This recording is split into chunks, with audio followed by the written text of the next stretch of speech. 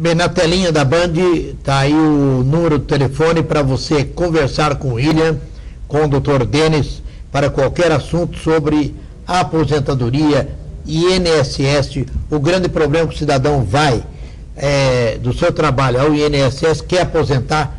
Eu tenho amigos que têm 25 anos de idade, recolheu, por exemplo, 25 anos de INSS e já tem vontade de aposentar.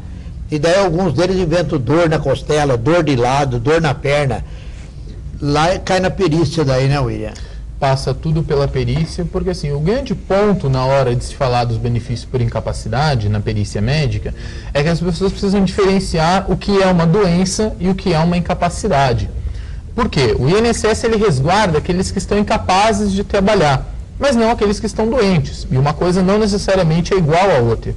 Então, por exemplo, de repente você trabalha lá num escritório e pega uma gripe simplesinha dessa, não suína, não aviária, uma gripezinha simplesinha.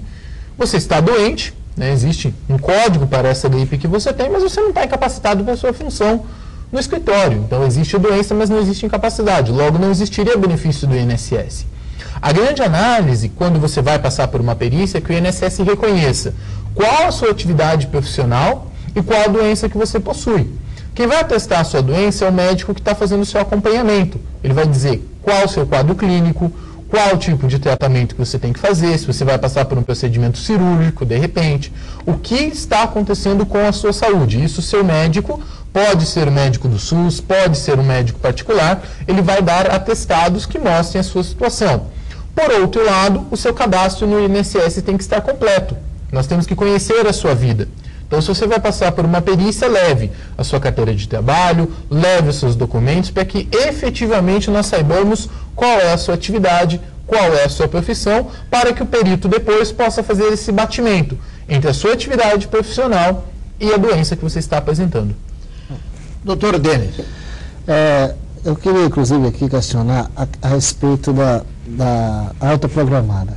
Eu queria, inclusive, dizer até os telespectadores que, inclusive os trabalhadores que muitas vezes saem da fábrica lesionados e muitas vezes vão ao INSS, o INSS manda retornar e geralmente é suspenso o seu benefício.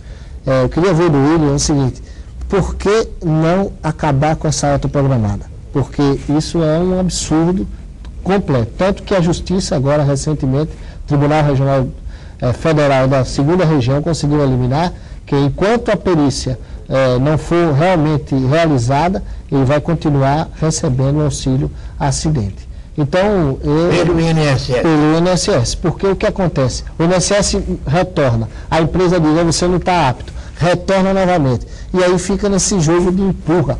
E aí o trabalhador que tem um salário, que é o salário, é uma verba alimentar, que é para a sobrevivência dele, acaba a ver navios. Queria ver o que é que o INSS pode estar agilizando nesse sentido. Não deixando o trabalhador, vamos dizer, nesse meio termo. Mas, doutor Denis, o patrão, o empregado chega lá, estava no INSS 15 dias, o INSS lhe dá a empresa é responsável por 15. Pois é, a empresa. Daí o INSS vê que o cidadão ainda está doente e tal, a perícia dá mais uns meses para ele.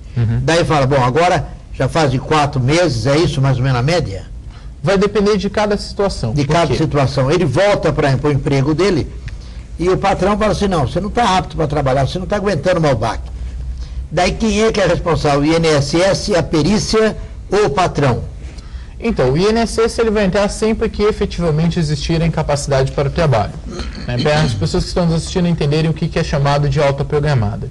Quando você passa pela perícia do INSS, se você é empregado, já fazem 15 dias que você está recebendo pela empresa, você passa a partir do 16º pela perícia do INSS e é verificado com base nos seus atestados se existe incapacidade.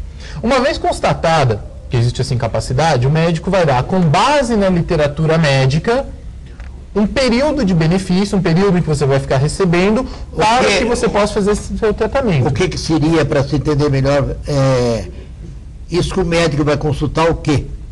Então, ele tem uma literatura médica, né, onde ele vai ver, por exemplo, quanto tempo demora para restabelecer um braço quebrado, uma perna quebrada, quanto tempo de tratamento demanda uma doença específica para que ela apresente novos padrões, para que possa existir uma melhora clínica para aquele caso. Então, ele vai dar este período de benefício, pode ser uma semana, pode ser um ano, o máximo que o auxílio-doença é dado numa perícia é de 2 anos. Então, é dado esse benefício por um prazo máximo de 2 anos. Após esse período de benefício, nos 15 últimos dias, para vencer o seu benefício, o cidadão que ainda se sente incapacitado para o trabalho, que está fazendo o tratamento, que o médico que está acompanhando diz, olha, você ainda não pode retornar, ele marca uma nova perícia, chama-se pedido de prorrogação. Esse pedido de prorrogação também é feito pelo telefone 135. Ele marca essa perícia, passa novamente com os atestados atualizados, é o que a gente sempre costuma dizer, o período de auxílio-doença é para você poder fazer o seu tratamento. Então você tem que levar o que tiver de mais atual, quando você vai passar pelo pedido de prorrogação, faz esse pedido. Prorrogou, você vai ter uma nova data de cessação, vai continuar o seu benefício por quanto tempo durar a sua incapacidade. Efetivamente, você só retorna ao trabalho com a cessação da incapacidade, quando você fala, bom, agora estou restabelecido, posso retornar às minhas atividades profissionais. Mas não tem muito patrão que fala assim, não, você não está apto para trabalhar, não. Pode voltar para o INSS. E daí? Então, daí fica sem benefício. É cortado o benefício porque houve a Como é que ele vai sobreviver? Justamente, justamente isso que eu questiono, e aí é óbvio que isso é uma decisão política também, de que o INSS possa, nesses casos, automaticamente restabelecer o benefício. Muitas vezes tem que entrar na justiça, Antônio. Nós voltamos já, no próximo segmento, o mesmo assunto. Vamos lá.